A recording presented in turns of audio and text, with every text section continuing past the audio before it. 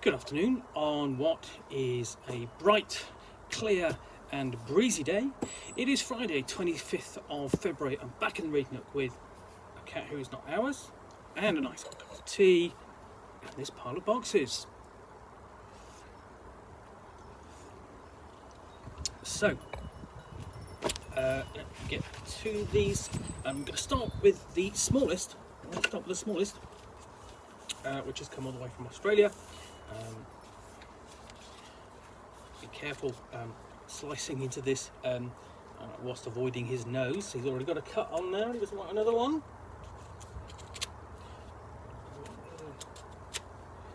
Just get this open. Oh, and he's gone. I'm sure he'll be back. So, now it's a bit easier to slice open. So what we've got in here is a little note, which, okay, basically that's a nice little note from the publisher, and it's this Call of the Catacombs, which has come all the way from Footscray in Australia. I don't know where that is actually. But I'm sure I can look that up. But yeah, here we go. Call of the Catacombs.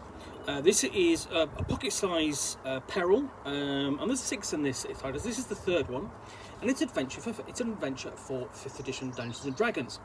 And I've looked at these, and these are quite little fun things because they take the whole idea of the micro scenario and see what kind of format they can put into it that isn't really a book. It really takes it back to what it was earlier. So okay, so we've got this, we fold it out like that, you've got more dungeon scene there and again, and then that's it, except no, because it actually folds out till you have a complete section of the dungeon on the back. So what happens is you essentially start at the beginning, you play through this section, this one, and then you get to the final denouement, the climax of the scenario, the adventure, and it's on this side. It's all done this cartoon style artwork. Let me just move this off and just get you a bit closer in. So, and it gives it a very singular look. So you can find these on RPG. You can find these on drive-through RPG, but you're not getting these in their original format. So what we've got here: Call of the Catacombs. The city wells aren't fit enough to drink from. Those that try are experiencing side effects. What are the kobolds who run the waterworks up to? And what happened to the city? To the city inspectors sent to find out. You're headed into the sewers to get answers. The kobold lair is somewhere around here, and this is, I'm just trying to see, it's a 3rd level adventure. Is it the 3rd one? I'm not quite sure whether it's the 3rd one, but anyway.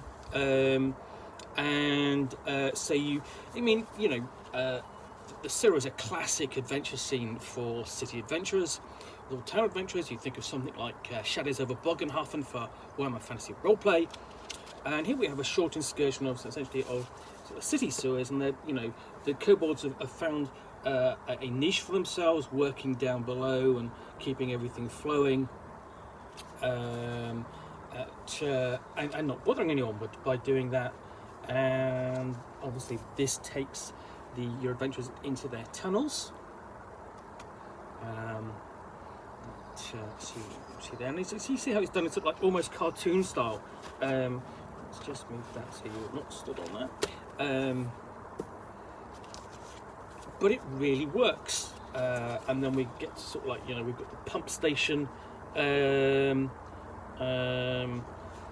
you've got a mystery here. The kobolds are not pumping water, but rat milk. The question is why? I don't know. But this pump station and beyond are the mines, and essentially you've got that sense of going in deeper and deeper below the city. And so the sewers themselves are here sort of the classic Victorian style sewers. So no gong scourers here, or gong scourers or gong farmers here for you, but classic Victorian basil jet style big sewer system.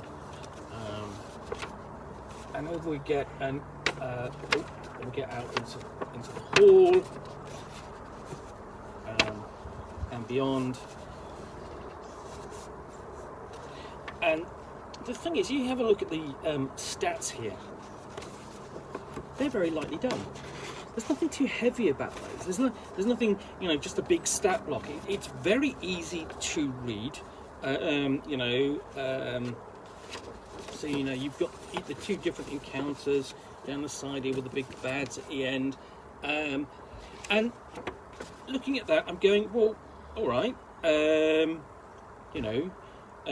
You've got a monster here with magic resistance, ethereal uncertainty, and they're both well explained. The stats are easy to read. Senses, devil sight, got magical dark vision, and then actions, claws, caterwaul, bonus black cat hex. You know,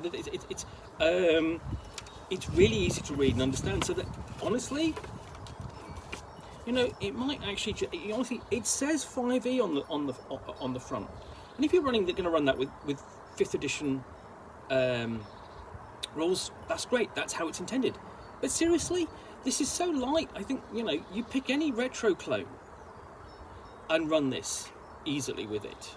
You know, it's just stats, and you know, the stats aren't particularly heavy. They're quite, you know, you can pick and choose the one. If you're using Thax 0, well, invert the armor class, you know, to suit your needs.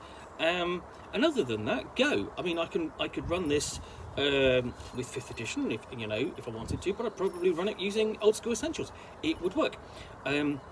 Or indeed, I could adapt it to the background of I want. You know, if I was doing something like Warhammer Fantasy Roleplay, for example, clan of dwarves or goblins underneath the city doing running the sewers, it's all fitting. Anyway, great illustrations, great maps. Illustration stroke maps, really succinctly put onto this sheet. That folds down into something that is incredibly portable. You know, it just fits in your bag. You know, or could probably get lost.